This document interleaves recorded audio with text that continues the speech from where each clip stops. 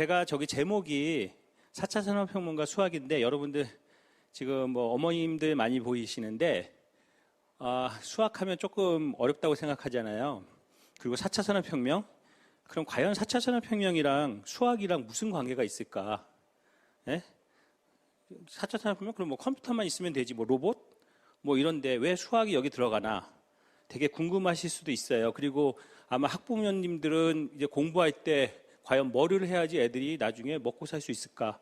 어떤 게 중요할까? 뭐 이런데 사실 그래서 제가 보여드리려고 하는 거는 여러분들이 주위에 있는 진짜 수학이 이런 데도 쓰여? 수학이 이렇게 중요하단 말이야? 이런 걸 갖다가 여러분들한테 이렇게 조금 뭐 보여주려고 그래요. 사실 뭐 여기 내용을 갖다 다 이해시키려고 하면 되게 힘든 일이고 그냥 간단히 이런 게 있구나. 뭐 그 정도만 제가 설명을 드리려고 그러고요. 혹시나 뭐 이렇게 하다가 중간이라도 뭐 질문 있으면 뭐 이렇게 뭐 여기 메시지로 보내주시거나 뭐 이렇게 하면은 제가 답변해드리고 끝나고 나서 또 이제 뭐 여기 줌에서 직접 질문하시면 뭐 지금 제가 설명한 것뿐만 아니라 여러 가지 뭐 다른 것도 제가 답할 수 있는 건 답하겠습니다.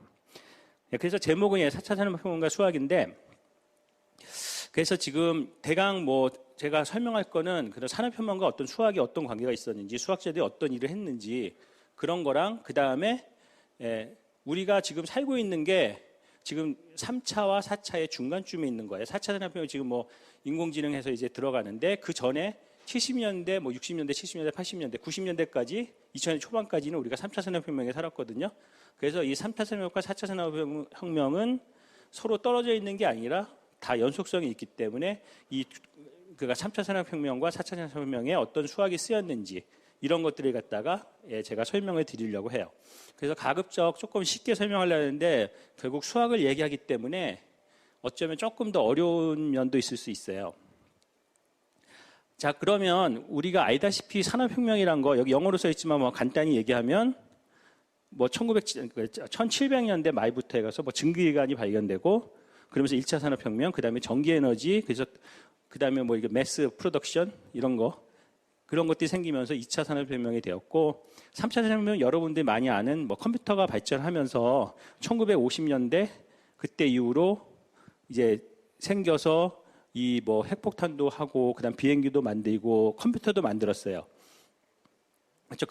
그런데 수학이 되게 많이 쓰였고 그 다음에 그러면서 이제 2010년쯤 되면서 컴퓨터는 계속 발전했고 그렇지만 2000년, 2010년, 뭐 2005년 이런 데면서 또 하나의 발전된 게 뭐냐면은 여러분들이 지금 맨날 들고 계시는 그 스마트폰 있잖아요.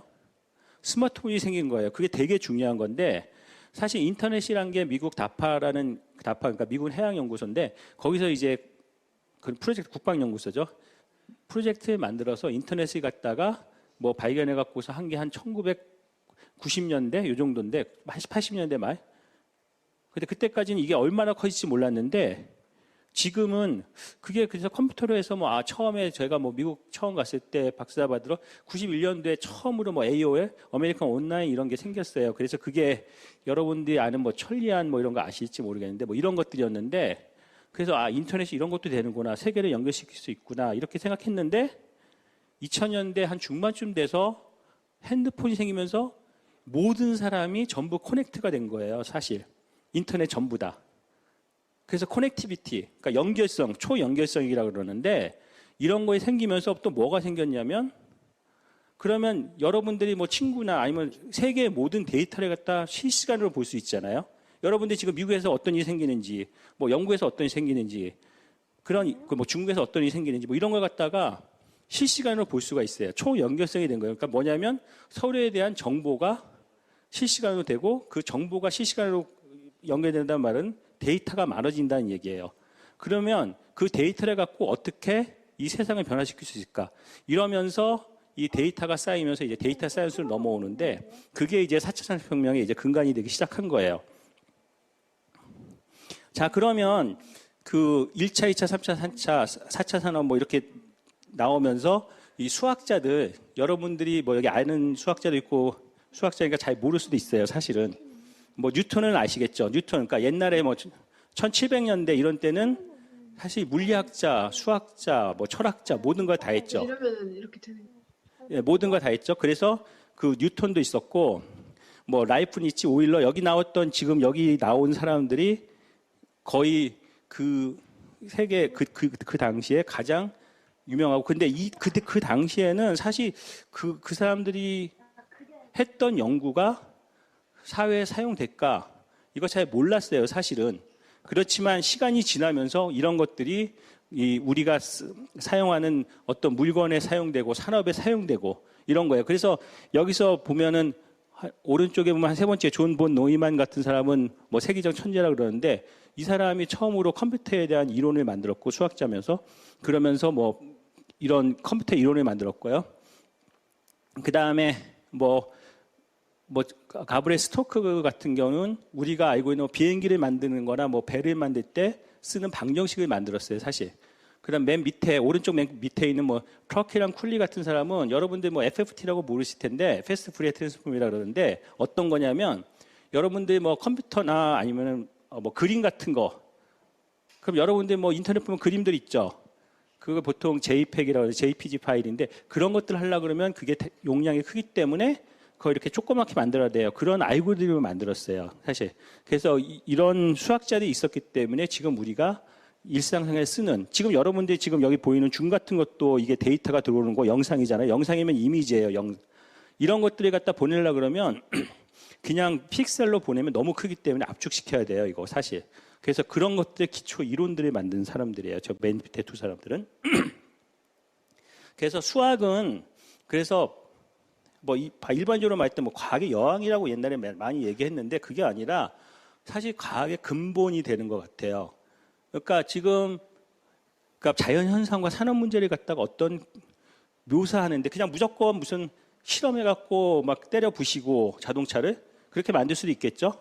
그런데 그렇지 않고 그거 갖다 미리 이게 어떻게 되겠다 이런 걸 갖다가 묘사할 수 있고, 그래서 수식으로 만들어서 우리가 근사시키는 거예요. 그러면 그걸 갖다 풀면 우리가 어떻게 되겠다, 그런 걸 갖다 할 수 있는 게 언어가 수학이에요, 당연히.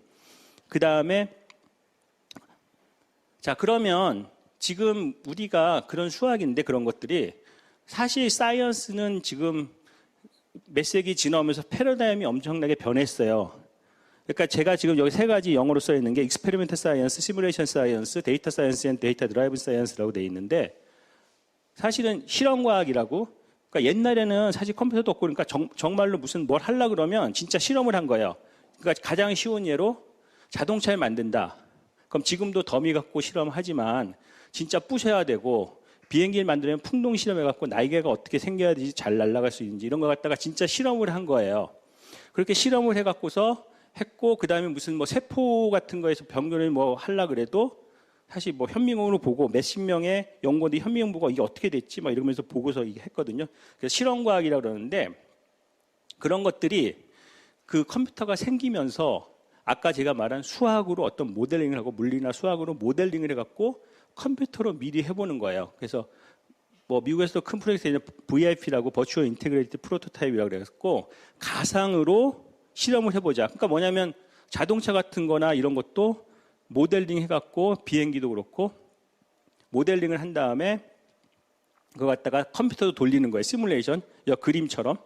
그래서 이게 비행기가 어떻게 날겠다 이런 걸 갖다 하는 거예요. 그러니까 되게 슈퍼컴퓨터나 그 컴퓨터의 용량 큰 게 필요했어요. 그러니까 이거 뭐냐면, 시뮬레이션 사이언스는 뭐냐면, 예를 들면 공이 날아간다 그러면 공을 여러분들이 던지겠죠. 이렇게 던지는데, 그러면 얼마나 빨리 던지고 방향이 얼마나 되고 뭐 이러면은 여러분들이 이게 공이 얼마나 날아가겠다, 공의 무게가 얼마고 식을 세울 수가 있거든요. 그래서 그 식을 세우고 그걸 다 풀어갖고서 이게 어떻게 되겠다 이런 걸 하는 거 시뮬레이션 사이언스인데, 그게 식들이 간단하지 않고 복잡하기 때문에 우리가 컴퓨터로 풀어야 돼요. 그래서 아마 슈퍼컴퓨터나 이런 게 되게 필요했었고요. 거기다가 요즘은 뭐냐면 아까 제가 말한 초연결성, 그다음 데이터들이 여러분 앞에 있다 그랬죠. 그래서 그게 아니라 우리가 데이터가 되게 많으면 그거 갖고서 우리가 어떻게 뭔가 묘사하거나 아니면 데이터만을 분석해서 뭐 할 수 있지 않을까. 근데 그 전에 못했던 게 뭐냐면 데이터가 없었어요, 사실은. 지금처럼 많이 없었고, 데이터가 있다 그래도 그냥 아무렇게나 있었고. 그래서 못했는데 지금은 그 데이터들이 많이 아까 말한 뭐 핸드폰도 있고 여러 가지이기 때문에 데이터가 많이 쌓였고, 그 다음에 그거 갖다 그러면 무조건 데이터가 있다 할 수 있는 게 아니에요. 그래서 그거 갖다 데이터를 모델링하고 아니면 데이터를 갖다 어떻게 더 잘 처리할 수 있을까. 그런데 용량이 엄청 크기 때문에 기존에 있는 사이언스 갖고는 안 되는 거예요. 그래서 새로운 사이언스가 나온 거예요, 과학이. 그게 요즘 말하는 4차 산업혁명에 나오는 그걸 갖다 취급할 수 있는 것 중에 하나가 딥러닝이라고 인공지능의 한 가장 큰 어떤 테크놀로지인데, 그래서 그게 뭐냐면 여기 밑에 보면 네이처 나오고 이세돌 나오죠. 알파고인데, 알파고 같은 경우에도 그런 데이터들이 많이 쌓여서 그걸 또 어떻게 시뮬레이션하고 어떻게 잘 취급해서 그게 만든 거예요. 어떤 알고리즘 갖고서. 그리고 왼쪽에 있는 그림, 밑에 왼쪽에 있는 그림은 뭐냐면 얼굴 인식인데, 저것도 사람들이 많은 얼굴들을 갖다 우리가 어릴 때 어떻게 배워요? 우선 이게 고양이다 뭐 이러면 애들한테 우리가 애기들한테 이거 고양이다 이렇게 자꾸 가르쳐 주잖아요. 결국 뭐냐면 데이터가 쌓이는 거예요, 애들도. 그러니까 컴퓨터도 마찬가지예요. 그런 식으로 그걸 훈련시킬 수 있는, 만약에 여러분들이 어떤 알고리즘을 만들 수 있다 그러면은 이 컴퓨터를 훈련시키는 거예요, 어린애처럼. 근데 어린애들은 사람은 인식 기능이 좀 달라서 그런지 모르겠는데 고양이 한 10번만 가르치면 아는데 컴퓨터는 10번 가르쳐서 모르고 한 100만 번씩 가르쳐야지 알 수 있어요. 아직까지는 좀 그러니까 좀 너무 지능이 떨어지기 때문에. 하여튼 그렇지만 그렇게 많이 가르쳐 갖고서 왼쪽처럼 사람 얼굴 인식하는 그런 알고리즘이 나왔는데, 결국 이게 지금은 뭐 중국에 있는 센스타임이나 무슨 뭐 어떤 뭐 미국 회사들이 페이스북이나 이런 데서 거의 사람보다 훨씬 더 인식을 잘하고 있어요. 그래서 이게 기본적으로 어떤 4차 산업혁명의 어떤 기본이 되고 있어요. 자, 그래서 제가 이제 설명할 것들은 3차 산업혁명에서 아까 제가 말했듯이 컴퓨터가 되게 필요하다 그랬잖아요. 슈퍼컴퓨터. 그래서 이게 지금 보면은 그림에 보이는 게 뭐냐면 오른쪽 밑에서부터 지금 뭐 날짜가 써 있죠. 뭐 준 2012, 노벰버 2012, 준 2013, 맨 위에 왼쪽 위에가 준 2020. 세계에서 제일 빠른 컴퓨터예요, 그 당시에. 지금 이게. 그래서 지금 현재 세계에서 제일 빠른 컴퓨터는 일본 컴퓨터예요. 그래서 이게 얼마나 지금 보면 되게 커 보이죠? 예, 되게 크죠, 이 컴퓨터들이. 뭐 여러분이 뭐 어떤 큰 강당을 다 메워야 되는 크기예요. 이런 게 얼마나 빠르냐면 이 컴퓨터들이, 자, 여기 뭐 영어로 쭉 써 있는데, 자, 우리 설명을 조금 해야 되는데, 플랍스라고 있어요. 플랍스라는 게 단위예요. 여러분 뭐 센티미터 있죠? 뭐 이런 것처럼 단위예요. 어떤 단위냐면 플랍이란 게 지금 뭐 영어로 써 있지만 1초에 더하기 곱하기 빼기 나누기, 그런 것들을 몇 번 할 수 있냐가 플랍이에요. 그러니까 만약 사람이 뭐 저는 1초에 곱하기 한 번 할 수 있다. 그러면 1플랍이에요, 나는. 근데 어떤 사람은 곱하기 1초에 10번 할 수 있는 사람이야, 예를 들면. 그러면 10플랍이에요. 그러니까 그런데 여기 슈퍼컴퓨터는 여기 랭킹이 나와 있는데, 여기 1, 2, 3, 4, 5 1등 보면 아까 그 일본 컴퓨터인데, 그 노란색으로 되어 있는데 보면 Rmax가 이게 얘네가 얼마나 빠른 게 몇 번 계산할 수 있는지 플랍으로 나와 있는 거거든요. 그래서 대강 1초에 41경을 계산할 수 있는 거예요. 곱하기 빼기 나누기를. 그러니까 엄청나게 빠르게 하는 거죠. 그럼 모든 계산을 갖다 눈깜짝해서 할 수 있어요. 41경은 얼마나 큰지 생각이 안 나네, 진짜. 그 정도 계산할 수 있는 컴퓨터예요, 그런 컴퓨터. 그러니까 모든 걸 다 계산할 수 있을 것 같고, 이걸로 그냥 눈 깜짝 사이에. 근데 하여튼 좀 문제가 있는데 좀 이따 설명드릴 텐데. 그리고 이 컴퓨터는 어떤 컴퓨터냐면 그 파란 걸로 이렇게 칸 있는데 보면은 코어라고 써 있죠. 730만 개구나, 대강 코어가. 그 말은 무슨 말이냐면 여러분들이 집에 있는 컴퓨터가 보통 쿼드 코어예요. 코어가 4개 있는 거예요, CPU에. 그러니까 여러분 컴퓨터를 갖다가 대강 한 200만 대 이상, 200만 대 정도 연결시켜 놓은 컴퓨터예요, 세계 제일 빠른 컴퓨터는. 그런데 뭐 하여튼에 그 정도 되고, 빠르기는 1초에 하여튼에 41경만큼 계산할 수 있다는 거예요. 그러니까 뭐 세상에 어떤 문제를 갖다 놔도 다 풀 수 있을 것 같은데 사실 그렇지 않아요. 좀 이따가 되게 간단한 문제인데도 엄청나게 걸리는 걸 제가 말씀드릴 거예요. 자, 이런 컴퓨터 갖고 사실은 3차 혁명에서 계산하고 뭐 이랬는데, 이거 4차 혁명 뭐 그렇지만, 자, 근데 계산을 갖다 조금만 잘못하면 컴퓨터 잘 이해 못하고 이런 무서운 문제가 생겨요. 자, 여기서 보면 이 오른쪽에 이게 동영상이 돌아가는 건데 지금 보면 지금 뭐냐면 문제가 1996년 6월 4일에 이게 일어난 일인데 무인우주선을 갖다가 발사시킨 거예요. 조금만 이 동영상을 볼게요. 조금 더 설명하고. 6, 5, 4, 3, 2, unité, feu. Allumage.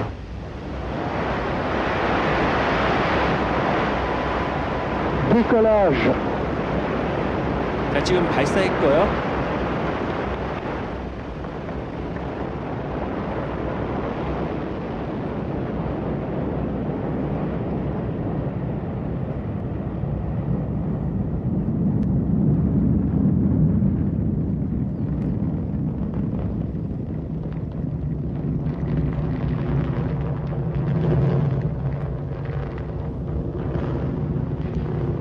Tous les paramètres propulsifs sont normaux. 폭파됐어요. 다시 가면 자, 이게 뭐냐면은 자, 이게 10년 정도 개발했고 개발 비용이 여기 보면 7 빌리언 달러 7조 7천억 정도 들었고요. 우주선 가격만 해도 5,500억, 5천억 이상이에요. 그런데 30초 만에 터진 거예요, 이게. 왜 터졌냐?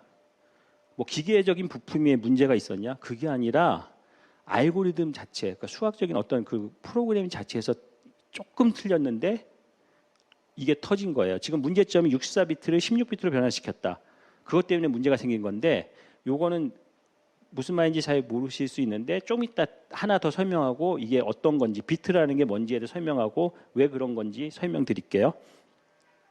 자, 그 다음 문제는 뭐냐면 또 91년 2월 25일 날 생긴 건데 걸프 전쟁에서 미국 페이트로 미사일이 이라크의 스커드 미사일 갖다 맞추지 못해서 생겨서 미군이 28명이 죽고 100명이 부상당한 사건이 있었는데 페이트로 미사일은 이쪽에서 날라온 적군의 미사일을 갖다가 계산해 갖고 궤도를 측정해 갖고 맞춰서 떨어뜨리는 건데 잘못한 거예요.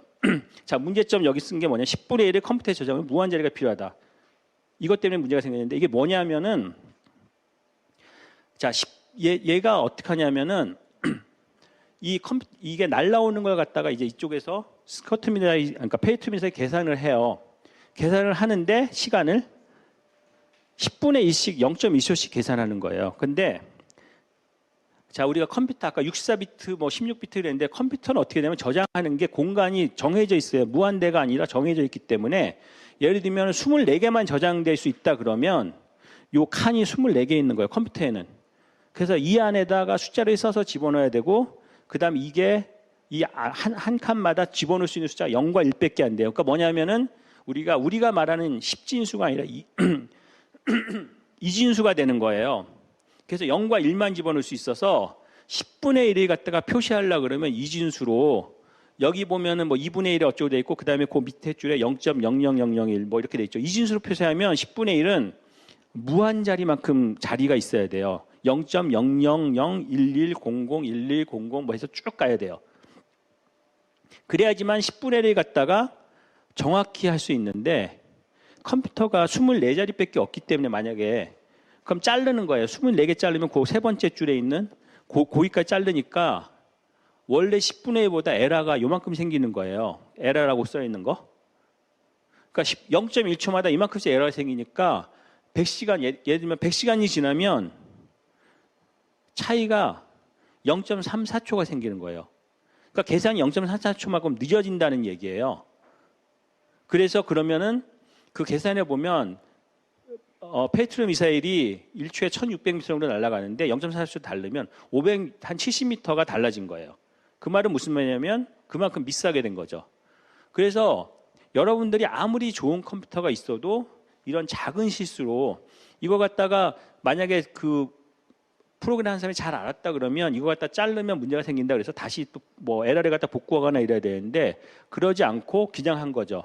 그러니까 이만큼 생겨갖고 사람도 죽고 아까 비행기도 폭파된 거예요. 그 비행선도. 그래서 이렇게 아무리 슈퍼컴퓨터가 있어도 알고리즘이 좋지 않으면 아니면 어떤 이런 이해를 잘 못하면 이런 식이 된다는 거죠.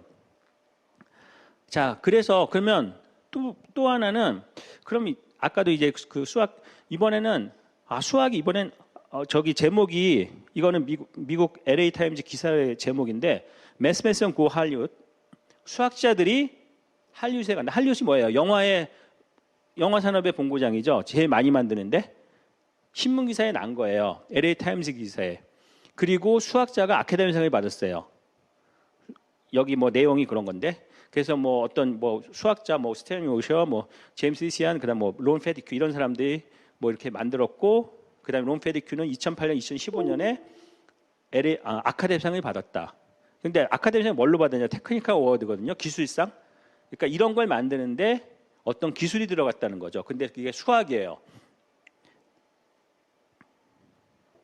지금 보면 자, 지금 이게 그 아이언맨인데 여기 보면 밑에는 스탠리 오셔라고 그 가우스 프라이즈 위너인데 2016년에 가우스 프라이스는 응용수학에서 노벨상 같은 상이고요. 그다음에 오른쪽에 론 페디큐 보이는데 그게 2018년이나 2015년에 이런 영화들에 대한 기술을 만들어서 여기에 직접 쓰였어요.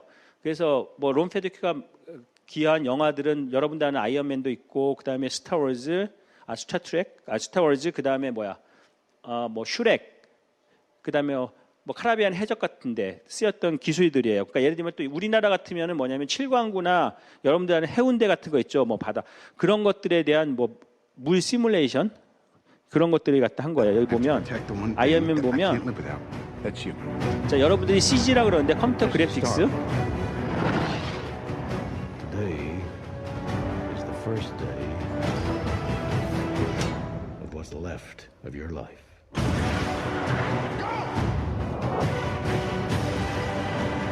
자 지금 이제 폭파하는 거 파편 튀고 저러면 진짜 사람 죽겠죠. 그러니까 저런 거 갖다 컴퓨터 그래픽으로 하는데 그림 그리는 게 아니라 어떤 시뮬레이션 아까 말한 시뮬레이션 사이언스 어떤 수학적인 모델링을 해갖고서 식을 만들어서 이거 갖다가 컴퓨터로 푼 거예요. 자 그럼 이것도 다시 한번 보면 자 지금 이거 여러분이 잘 아는 겨울왕국이에요. 자 저 눈 같은 거를 어떻게 했을까요? 그냥 그림 그렸을까? 아니에요. 여기 왼쪽에 보면 조셉 테란이라고 있는데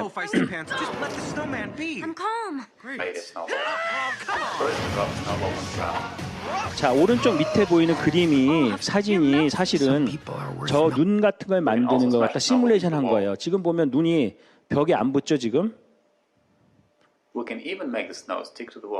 자 지금 스틱 벽에 붙는 것도 만들었어요. 저거는 뭐냐면 아까 그 식을 모델링하고 그 파라메타 어떤 변수를 변화시키면 저렇게 막 자기네들 마음대로 만들 수 있어요. 그러니까 진짜 눈이 아닌데 저거는 진짜 눈이 아니라 시뮬레이션 한 거예요. 자 그래서 이런 것들이 수학으로 지금 다 한 거고 자 그럼 아까 그 물은 어떻게 했냐면 자 지금 식이 엄청 복잡한 식이 나왔는데 자 유체 시뮬레이션 자 여기 동영상 한번 보죠. 지금 컵에 물이 지금 붓고 있어요. 누가 주전자로 붓고 있나?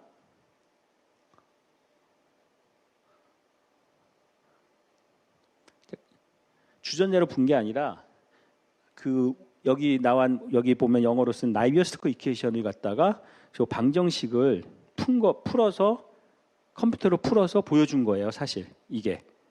그러니까 진짜 물을 한 게 아니라. 그래서 저 방정식은 뭐냐면 나비어스토크 이퀘이션이라고 그러는데 그게 저 클라이 매스매스 인스티튜트 클레이 재단에서 100만 달러짜리 문제를 10개 문제를 냈어요. 그걸 풀면 100만 달러 주겠다. 그런 문제예요. 지금 저 나비어스토크 이퀘이션에 난 건.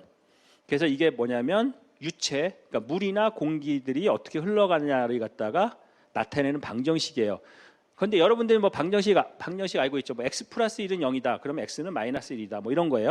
예를 들면 2차 방정식 하면 뭐 근해 공식 있고 뭐 이런데 이 방정식은 풀면 되는데 못 풀어요. 사실 손으로. 그래서 저걸 갖다가 그리고 보통 여러 방정식 하면 해가 존재해야 되거든요. 근데 저거는 해가 존재하는지도 몰라요. 그래서 저거에 그 100만 달러짜리 문제가 뭐냐면 저 방정식에 해가 존재하는지 그리고 유일한지 그걸 갖다 증명해라. 그러면 100만 달러 주겠다는데 아직 10년도 넘었는데 증명을 못했어요. 아무도. 그럼 저거 갖다 아까 지금 제가 뭐 물 같은 거 이렇게 하려고 그러면 저걸 풀어야 되잖아요. 그럼 못 푸는데 어떻게 해요? 컴퓨터로 풀어야죠.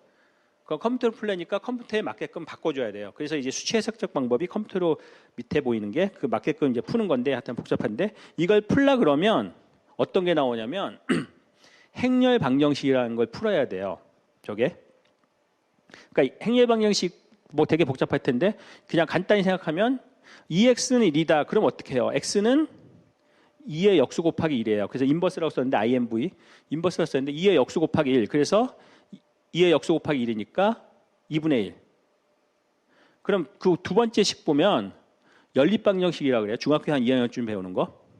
이걸 때 행렬을 쓰면 오른쪽처럼 블랙킷으로 1 마이너스 1 하고 이렇게 됐는데 결국 그거 갖다 다시 쓰면 AX 이꼴 B예요.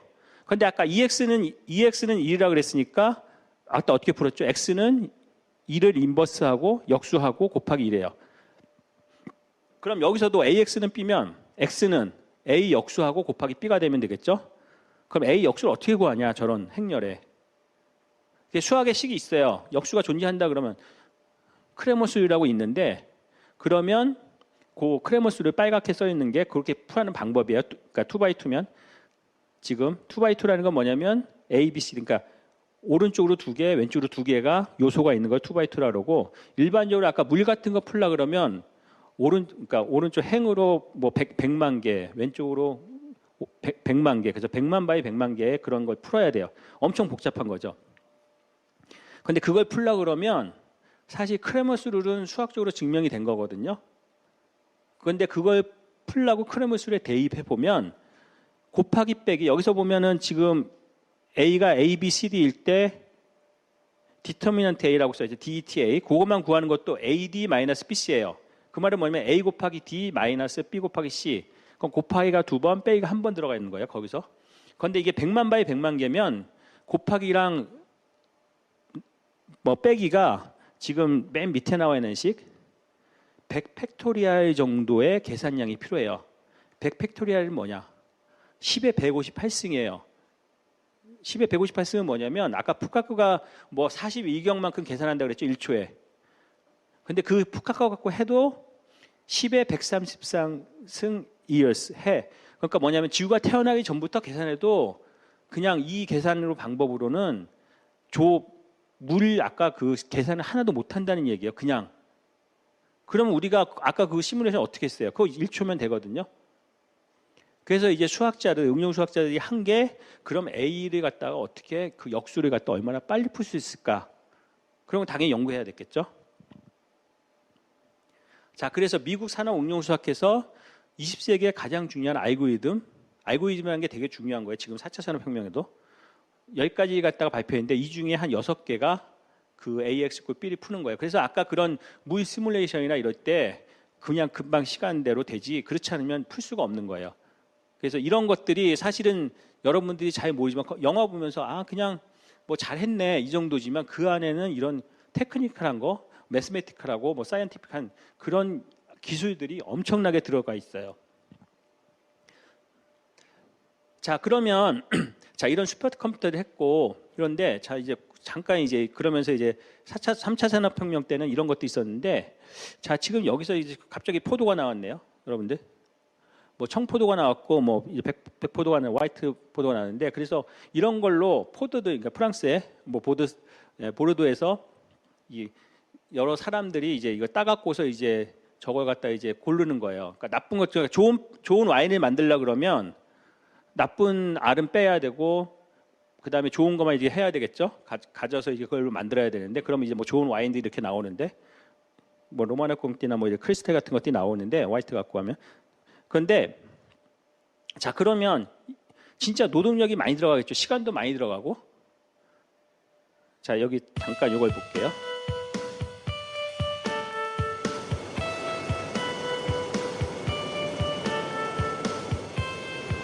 자 포도를 갖다가 지금 이렇게 모았어요.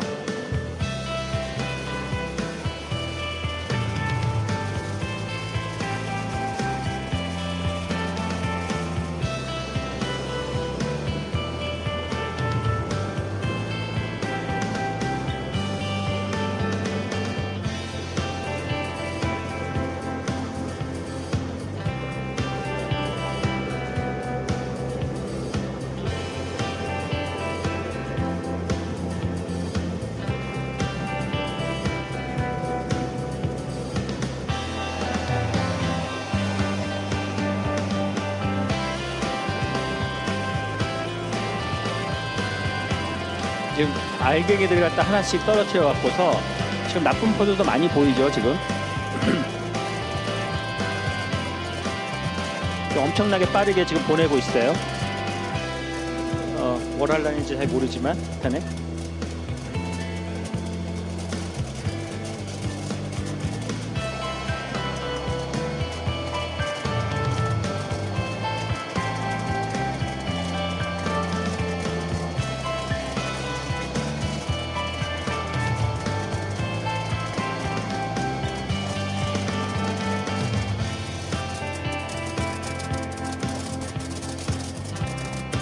자, 카메라의 컬러 인프라레드 디텍션 이렇게 나와 있는데, 자 보세요. 지금 저기서 나쁜 걸 갖다 디텍해 갖고서 물로 싸 갖고서 나쁜 걸 밑으로 떨어뜨리고 있어요. 저런 기술들이 자 지금 뭐 여러분들이 알고 있는 무슨 자율주행 자동차 이런 데도 들어가는 거고 여러 가지 들어가는 그런 기술들이에요. 지금 보면 와 저거 어떻게 저렇게 만들지? 그렇지만 지금 현대 기술로 저런 걸 만들 수가 있어요. 그래서 지금 보고서 지나가는 걸 갖다가 디텍해 갖고 아 저게 나쁜 거다 디텍하고 거기서 직접 뭐 물총 같은 걸 사갖고서 떨어뜨리는 거예요. 이렇게. 자 이게 나온 지 한 7, 8년 됐고 이게 이제 3차에서 4차로 넘어가는 그 시기에 이제 나온 기계인데 퍼펙트 리저트라고 나왔죠. 자, 이런 것들을 하려면 어떤 기술이 필요한가? 자, 우리가 4차 산업혁명, 우리가 지금 얘기하는 거, 중요한 기술은 인공지능, 우리가 로봇 기술, 사무인터넷, IoT라고 그러고, 생명과학, 바이오텍, 그 다음에 뭐 이런 응용 중에 자율주행 자동차도 있고, 3D 프린팅, 퀀텀 컴퓨팅, 나노 기술, 뭐 여러 가지가 있어요. 우리가 뭐 요즘 말하는 뭐 여러분들이 많이 듣는 얘기들이죠. 그럼 이런 것들이 그냥 무조건 나오냐? 그런 건 아니고요. 자, 아까 제가 얘기했듯이 아까 지금 뭐 얼굴 인식도 그렇고 그거는 결국 카메라로 찍으면 영상이 되는 거예요. 이미지. 근데 영상이란 건 뭐냐면 여러분들이 이렇게 지금 왼쪽에 있는 그림이 있으면 사실 컴퓨터는 어떻게 표시되면 오른쪽처럼 표시돼요. 숫자로 표시되는 거예요. 각각이 픽셀마다. 그래서 하얀색은 255, 검은색은 0이라고 생각하면 돼요. 그래서 이 오른쪽에 있는 숫자를 갖다가 이렇게 해서 컴퓨터에다 보내면 이게 보여지는 게 왼쪽처럼 보여지는 거예요. 이미지로. 그런데 오른쪽은 보면 뭐냐면 이게 결국 아까 말한 AXP 때 A라는 행렬이라고 그랬죠. 그 행렬이에요. 그래서 영상을 처리한다 아니면 지금 뭐 하는 거는 이 행렬이 되게 필요한 거예요. 그래서 이걸 갖다가 그럼 여러분들이 보면 여기서 보면 아, 하얀색은 255다. 그리고 뭐 검은색은 0이고 중간값은 뭐 그 중간에 있겠다. 그러면 여러분들이 이 모양을 바꾸려고 그러면 그 숫자에 바꿔주면 되겠죠. 아니면 그 외곽을 외곽을 하려고 그러면 외곽도 이 숫자의 차이를 보고서 할 수 있겠고. 그래서 영상, 그러니까 이 결국 영상이란 거는 결국 행렬로 표시되고 행렬을 갖다 어떻게 다루면은 뭐 이미지를 갖다가 디텍하거나 아까처럼 아니면 이미지 변화시키거나 할 수 있겠다 생각할 수 있겠죠.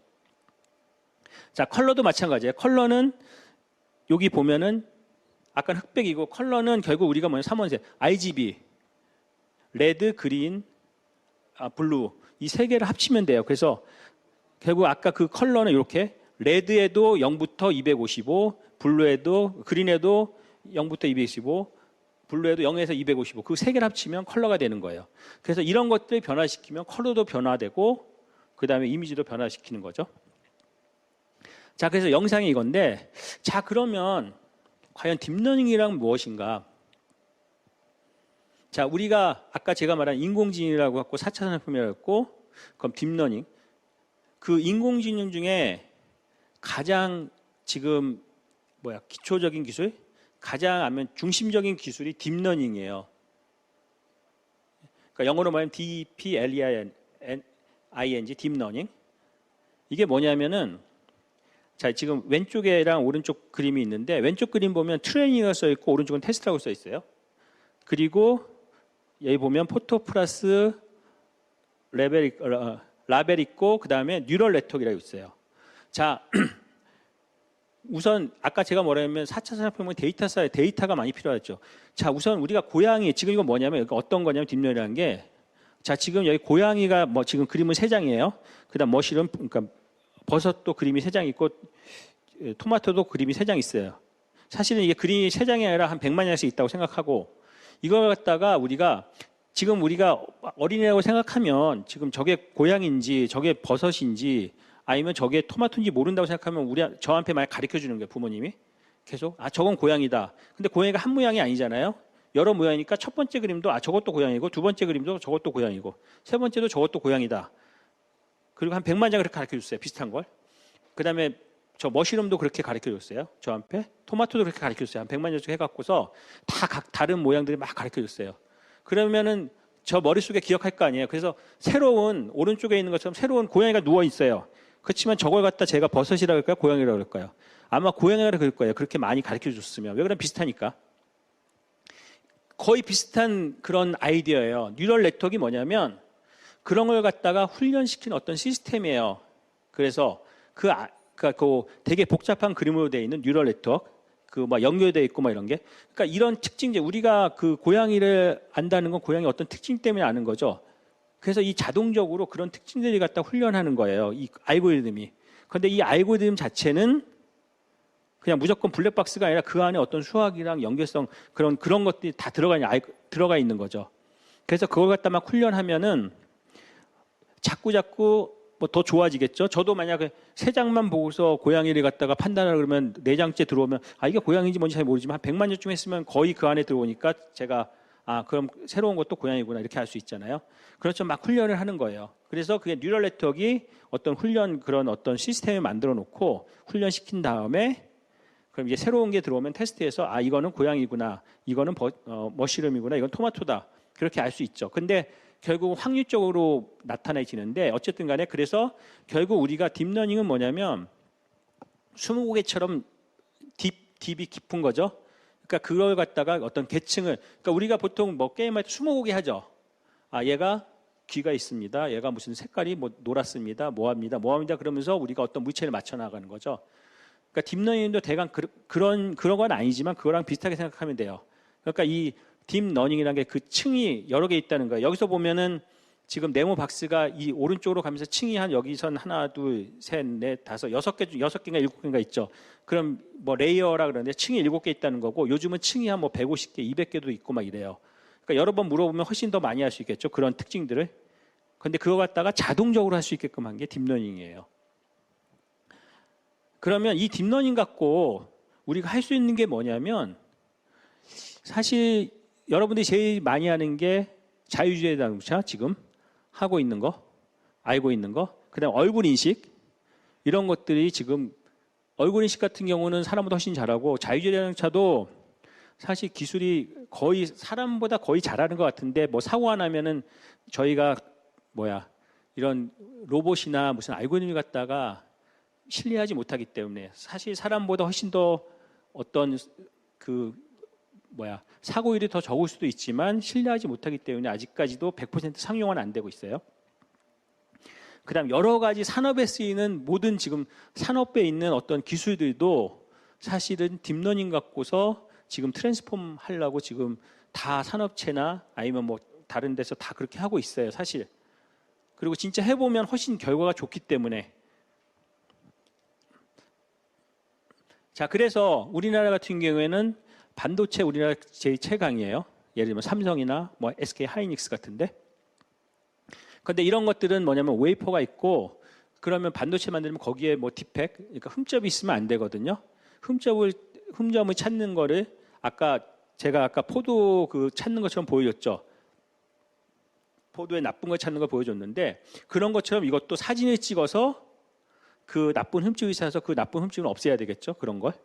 그러니까 그 비슷한 생각으로 할 수 있는데 지금은 그 딥러닝 방법 갖고 하면 결과가 엄청나게 좋아요. 그래서 지금 삼성이나 SK 하이닉스도 그런 방법들을 갖다가 지금 딥러닝 갖고 지금 하고 있어요. 또 뭐 여러분들 뭐 CCTV에서 예를 들면 범죄자가 지나갔다. 만약 제가 이 옷을 입고 지나갔어요. 우리 거리를. 그다음에 또 다른 옷을 입고서 지나갔어요. 그럼 다른 옷을 입고 지나간 제가 정가 아닌가? 그거 모를 수 있잖아요. 그렇지만 CCTV 요즘은 유사도도 알 수 있어요. 아, 저 사람이 그 사람이랑 얼마나 비슷하다. 어? 그런 식으로 해서 우리가 계산도 할 수 있고 이런 뭐 사람마다 사람인지 뭔지도 이렇게 체크할 수도 있고 그래서 이런 것들도 다 딥러닝 갖고 지금은 할 수 있어요. 자, 그리고 요즘 뭐 오늘 뭐 서울이 아니라 전국적으로 코로나가 950명 나왔다 그러는데 사실은 지금 뭐 화이자나 이런 데서 지금 신약 개발해 갖고 백신 개발했다 그러고 그래서 뭐 미국에서 FDA 승인을 뭐 어저께인가 오늘인가 났어요.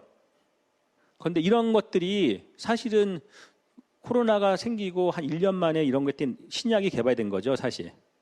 그런데 신약 개발 프로세스는 얼마나 기냐면 적어도 뭐 한 5년, 10년 걸리는 거예요. 그러니까 옛날 같으면 어떠냐면 그런 병이 있으면 그것들을 갖다 사람들이 다 조사하고 이게 어떻게 돼 있을까 사람이 분석해서 막 하는데 지금은 좀 달라졌죠. 그래서 감염병을 갖다가 유행 발생을 갖다 예측을 할 수도 있어요. 그래서 지금 이 그림은 이 빨간 게 이제 저기 지금 코로나가 많이 번진 그런 걸 갖다 보여주는 건데 이런 걸 갖다가 지금 이게 작년인가 올해 나온 뉴스에 나온 건데 자 블루닷 뭐 에스펙틱 그다음에 에어리스 이런 데가 지금 벤처 기업들인데 미국에 이런 회사들이 아까 그 전파 경로를 갖다가 미리 예측해 갖고 어떤 식으로 전파되겠다 예측한 회사들이에요. 그럼 그거 예측하려 그러면 어떻게 예측해요? 그냥 무조건 뭐 무대뽀로 예측하냐? 데이터가 있어야 되겠죠. 어떻게 왜 이렇게 퍼지는지. 자 아까 블루닷 거기서 한 게 뭐냐면 이런 거예요. 세계 그러니까 정보를 알아야 되니까 신문들을 분석하고 그 다음에 사람들이 많이 움직이는지 아닌지 알아야 되겠죠. 그러니까 저기 비행기표, 비행기 티켓 어떻게 예매됐는지 이런 것들. 그 다음에 동식물의 유전자 전체 그 어떤 네트워크들 이런 것들을 갖다가 데이터들을 그런데 이 데이터가 작은 게 아니라 엄청나게 크죠.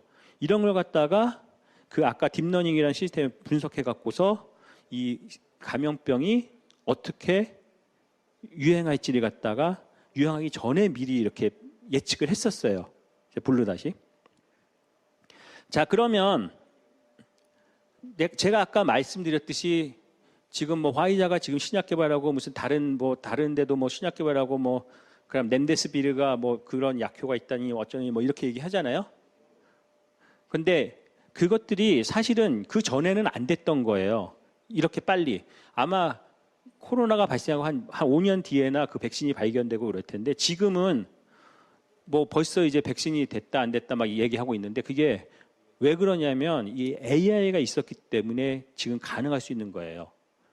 그러니까 AI 갖고서 그런 걸 갖다 미리 실험을 하고 미리 데이터를 분석을 갖다 사람이 하면 오래 걸리는 걸 갖다 그 AI 알고리즘 갖고서 그러니까 분석한 다음에 그 다음에 이제 이거 갖다가 어떤 게 가장 좋은 후보일까? 사람이 하면은 만약에 테스트를 갖다 한 100만 번 해야 되는데 AI는 그 좋은 후보를 찾아서 자기가 분석해 갖고 한 10개만 아니까 한 100만 개 분석해서 그중에 가장 좋은 후보를 갖다 한 10개만 찾아낼 수 있죠. 그런 다음에 그걸 갖다 이제 실험하는 거죠. 훨씬 빨라지는 거예요. 그러니까 그러면 그런 걸 개발하기 위해서 어떤 게 필요하냐? 아까 이것도 데이터가 필요해요. 그러니까 어떤 데이터가 인풋으로 들어가서 그 다음에 그 인공지능 알고리즘에 의해서 분석을 하고 그 다음에 어떤 분자 구조가 그런 전염병에 가장 맞을 것인가를 찾아내는 거예요. 그래서 왼쪽 그림이 그런 인풋 데이터들이에요. 그러니까 케미컬 스페이스 화학 구조, 그다음 단백질 물질의 구조 같은 거 갖다가 그리고 그거와 서로 어떤 연관관계가 있는지 어떻게 치료가 잘 되는지에 대한 라벨링도 있어야 돼요. 그러니까 우리가 미리 알고 있죠 지금. 이거는 우리가 지금 알고 있는 것들 데이터를 갖고 그런데 이 데이터가 엄청 많은 거죠. 그 다음에 이런 걸 갖다가 그 인공지능이 분석한 다음에 거기서 이런 뭐 이런 분자 구도나 아니면 이런 뭐 질병 같은 데는 어떤 게 가장 효과가 있을 것 같다는 걸 찾아내는 거예요. 이쪽으로. 그래서 이제 찾아낸 분자 구조를 갖고서 신약을 만드는 거죠. 그래서 여기서 보면 이 분자 구조 중에 보면 렌데스비르도 있어요.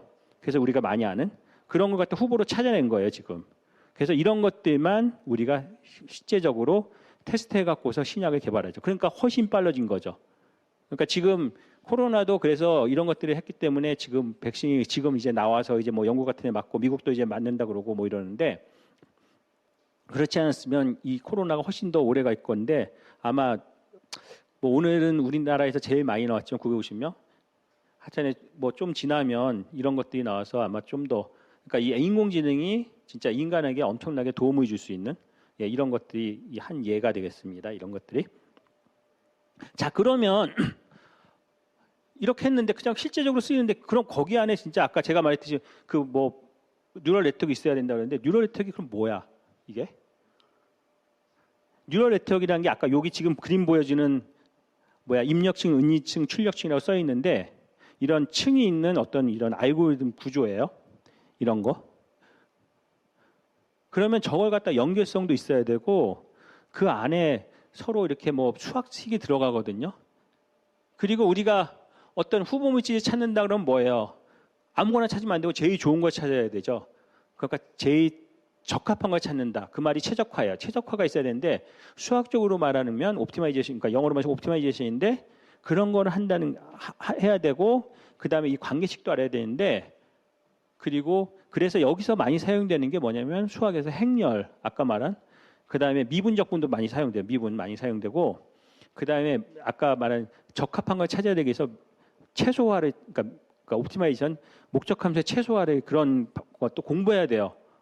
이런 것들이 사실은 아까 그냥 알고리즘만 해서 여러분들 프로그램 하면 아마 여러분들 뭐 아들딸이나 뭐 여러분들도 할 수 있을 거예요. 그냥 인터넷에서 찾아갖고서 컴퓨터만 조금 하면 그냥 프로그램 돌릴 수 있는데 그건 그냥 프로그램 돌리는 것밖에 안 되고 사실 더 좋은 거 만들려면 그 안에 있는 어떤 비하인드의 수학을 갖다 많이 알아야 돼요.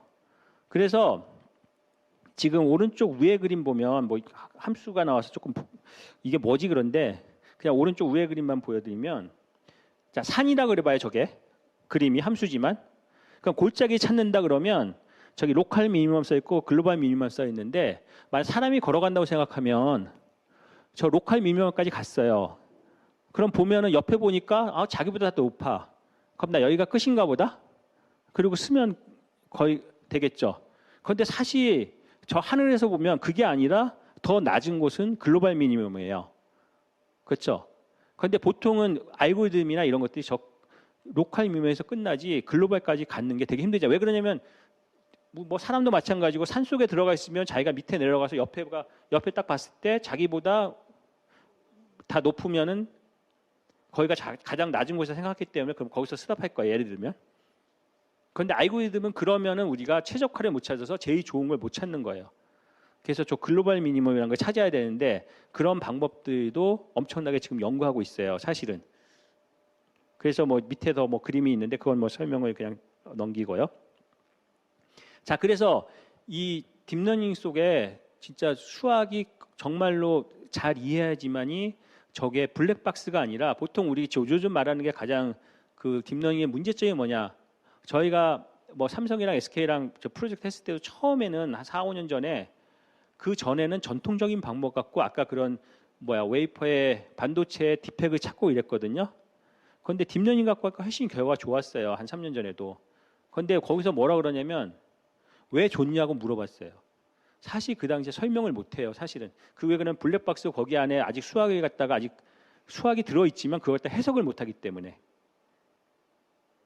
그래서 하여튼 수학이 되게 많이 들어가 있는데 그럼 이거 갖다 어떤 식으로 여러분한테 이해를 시켜야 되냐. 그게 가장 중요한 거거든요. 하여튼 우선은 그래서 딥러닝 속에 어떤 수학이 들어있냐면 이게 엄청나게 많은 데이터가 있으니 계산도 많이 들어가고 그 다음에 이게 아까처럼 로컬 미니멈에 빠질 수도 있고 그래서 글로벌 미니멈 찾아야 되는데 수렴성 그게 수렴성이거든요. 그런 것들이 안 될 수도 있어요. 그래서 이게 최적화 병렬화 뭐 수학적으로 얘기하면 그 다음에 뭐 여러 가지 뭐 다른 것도 있는데 알고리즘 이해하기 위해서 수학적인 해석이 필요해요. 자, 그래서 딥러닝에 여러 가지 문제점이 있어요. 그래서 아직까지도 해결하지 못한. 그래서 제가 아까 얘기했던 뭐 삼성이나 SK에서도 왜 딥러닝이 왜 정확하냐? 그리고 어떤 문제에 써야지 잘 되느니? 그리고 언제 써야 될까? 그 다음에 얼마나 많은 데이터가 필요한가 그것도 중요해요. 아까 제가 고양이 100만 장이 있어야 된다 그러면 100만 장이라 내가 한 10만 장만 있어도 되지 않냐? 100장만 있어도 되지 않을까? 근데 그거에 대한 아직 정확한 답은 없어요. 그리고 뭐 다른 뭐 여기 팀 뭐 활성화함수, 뭐 풀링 이런 것들은 뭐 그 안에 있는 다른 용어니까 그냥 넘어가고요. 그래서 딥러닝 결과 어떻게 믿을 수 있을까? 이거 되게 중요한 얘기예요. 근데 옛날에는 아까 제가 보여줬던 물 같은 거 시뮬레이션하고 이런 것들은 수학식이 있고 그거에 대한 해석들이 그래도 어느 정도 나와 있어서 아 우리가 이걸 쓰면 결과가 어느 정도 나올 수 있다고 미리 예측할 수 있고 그다음에 그게 어떻게 뭐 터지지 않고 블로업하지 않고 뭐 이렇게 될 수 있는데 딥러닝 아직까지 몰라요. 그래서 딥러닝에서의 지금 요즘 추세는 그렇게 결과가 잘 나오는데 그러면 그 결과가 잘 나오지만 그걸 갖다 다른 데 적용시켜서 더 임프루브 시켜야 되고 훨씬 더 좋은 결과를 내야 되잖아요. 그런 것들이 이제 요즘 많이 이제 이론 쪽에서 많이 하고 있는 게 설명 가능한 인공지능을 만든다는 거예요. 자, 설명 가능한 인공지능은 뭐냐면 현재는 어떻게 되어 있냐면 오른쪽에 영어로 써 있지만 아까 말한 그거예요. 문제점들. 내가 이 인공지능 갖고 딥러닝 갖고 뭘 하는지 모르겠다. 그리고 언제 실패할지 모르고 언제 성공할지 모르겠다는 거예요. 지금 현재. 그렇지만 어떤 우리가 연구를 해갖고 지금 왜 되는지 어떻게 되는지 그리고 알고리즘 어떻게 고쳐야지만 잘 되는지를 알 수 있으면 지금보다 훨씬 좋은 결과를 낼 수 있고 모든 사람이 믿고 쓸 수 있다는 거예요. 그러니까 자율주행 자동차도 당연히 잘 되지만 잘못될 때가 있잖아요. 근데 그게 왜 잘못된지 정확히 알 수 있다면 우리가 아 이런 거에 대처할 수 있다. 그러면은 우리가 자 믿고 쓸 수 있는데 아직까지 그런 거 잘 모르기 때문에 사람들이 되게 지금 좀 두려워해서 잘 쓰질 못하고 있죠. 사실은. 그래서 이런 걸 갖다가 요즘 연구를 많이 하고 진짜 설명 가능해지면 우리가 진짜 4차 산업혁명에 진짜 되게 그러니까 딥러닝이 완전 주도이 되고 새로운 어떤 다른 뭐 많은 것들 갖다 더 할 수 있을 거예요. 자, 그래서 설명 가능한 인공지능을 만들어야 되는데 그게 뭐냐면 지금 여기 보면 그래프를 보면 오른쪽에 영어로 써 있지만 explainability랑 prediction accuracy인데 이 그래프가 뭐냐면 오른쪽으로 가면 설명을 잘할 수 있는 알고리즘이야. 지금 이거 동그라미 쳐 있는 것들이 알고리즘들인데 오른쪽으로 가면 설명 제일 가능한 거고 그 좌표축 세로축은 정확성 얼마나 정확한가. 그러면 가장 좋은 알고리즘은 뭐냐면 당연히 오른쪽 끝 쪽에 있으면 가장 좋겠죠. 근데 오른쪽 끝에 있으면 가장 좋겠는데 딥러닝은 어떻게 되냐면 여기 영어로 보면 딥러닝에 쳐 있는 걸 보면 애큐러시는 가장 높아요, 사실. 그런데 설명 가능한 건 가장 왼쪽에 있죠. 그 말은 뭐냐면 애큐러시는 높은데 정확도는 높은데 설명이 가능하지 않다는 거예요, 아직까지는. 그러니까 사람이 아직 못 믿어요. 이게 잘 되는데 이게 왜 잘 되지? 그럼 어떻게 해야 되지? 뭐 이런 생각하고 있는 거예요. 그러니까 이걸 갖다가 극복하기 위해서 그러니까 오른쪽 끝으로 보내기 위해서 지금 연구를 갖다가 많이 하고 있는데 이런 연구들은 뭐 수학이 가장 기본적이고 그 다음에 뭐 통계도 당연히 필요하고요. 그래서 이런 설명 가능한 인공지능을 만들 수 있다 그러면 우리가 아마 정말 믿고 쓸 수 있을 거예요. 그런데 이런 걸 하기 위해서는 당연히 수학적인 지식도 많이 필요하고 그런데 가장 필요한 건 뭐 제가 저희 학생들한테도 얘기하고 뭐 제가 아는 뭐 모든 사람들한테 얘기하는 게 어떤 문제를 그냥 무조건 참고서 같은 거 푸는 게 아니라 진짜 이렇게 이 여학생 머릿속에 뭐 나비가 날고 있고 막 이러지만 이게 아니라 생각하는 그런 게 있어야 돼요, 사실은. 그래서 여기 보면 가장 중요한 건 컴플렉스 프로블럼 솔빙, 크리티컬 띵킹, 크리에이티비티, 창조성의 결국은. 창조성이 가장 필요하고 사실 문제 하나 더 푸는 것보다 창조성이 더 중요해요. 그래서 지금 뭐 우리나라보다 미국 같은 데나 뭐 영국이나 이런 데는 어떠냐면 수학과 같은 경우에 이 창조성이 되게 필요하기 때문에 티타임 같은 걸 가져요. 시간에. 그러니까 뭐 한 3시쯤에 티타임 한 30분 가져서 뭐 교수나 학생들이 와갖고 서로 그냥 얘기하는 거예요. 그냥 쉬는 시간이지만 그때 서로 다른 사람의 얘기 듣고 이런 생각도 갖고 있구나. 나는 아니면 저 사람은 저런 생각 갖고 있구나. 그러면서 자기의 그 아이디어를 갖다 자꾸 생각하는 거죠. 더 많이. 그런데 그건 되게 중요한 게 우리나라처럼 그러니까 주입식 교육은 결국 문제는 되게 잘 풀 수 있지만 그냥 주어진 문제는 어떤 새로운 어떤 문제나 새로운 어떤 뭐 그런 걸 갖다 분석하려고 그러면 되게 어려워요. 사실 뭐 저희 뭐 학부 학생들 정말 잘하는 애도 많고 이렇지만 그런 것들에서 외국이랑 떨어지는 게 진짜로 처음 대학교 들어올 때는 그냥 시험 보면 잘할 수 있지만 그 다음에 진짜 연구자로서 리서처나 아니면 무슨 더 산업 현장에 나가서 할 때는 우리나라 좀 떨어지는 게 그런 것들이에요. 근데 지금 학생들한테 가장 필요한 게 그런 것들, 그러니까 창조성, 그러니까 어떤 자기의 생각을 갖다 마음 그대로 펼칠 수 있는, 그리고 문제를 풀 때도 한 가지 방법이 아니라 여러 가지 방법으로 생각하는, 틀리더라도 그런 게 더 중요한 것 같아요 지금. 그래서 결국 이런 것들이 사실은 지금은 어떤 하나의 학문만 필요한 건 아니고 여러 학문이 같이 해갖고 여러 문제들을 풀 수 있는데, 제가 뭐 연구하거나 뭐 저희 같이 해보면 자기 분야에서 정말 잘 알고 다른 분야 사람들이랑 소통할 수 있는 어떤 지식, 포괄적인 지식, 융합적인 지식을 갖고 있어요. 그러니까 뭐 조금씩 알면 안 되고 자기 지식은 정확히 갖고 있고 그 다음에 다른 것들을 두루 섭렵하는, 아마 그런 학생들이 키울 수 있으면 아마 이 미래 세대, 미래의 그 뭐 보통 사람들이 말하는 인공지능 세대에는 무슨 잡이 없어진다, 일이 없어진다 그러는데 그게 아니라 더 많은 일이 생길 것 같아요. 그래서 하여튼에 제가 오늘 설명할 거는 1시간 동안 이 정도 설명하도록 하겠습니다. 하여튼에 감사합니다.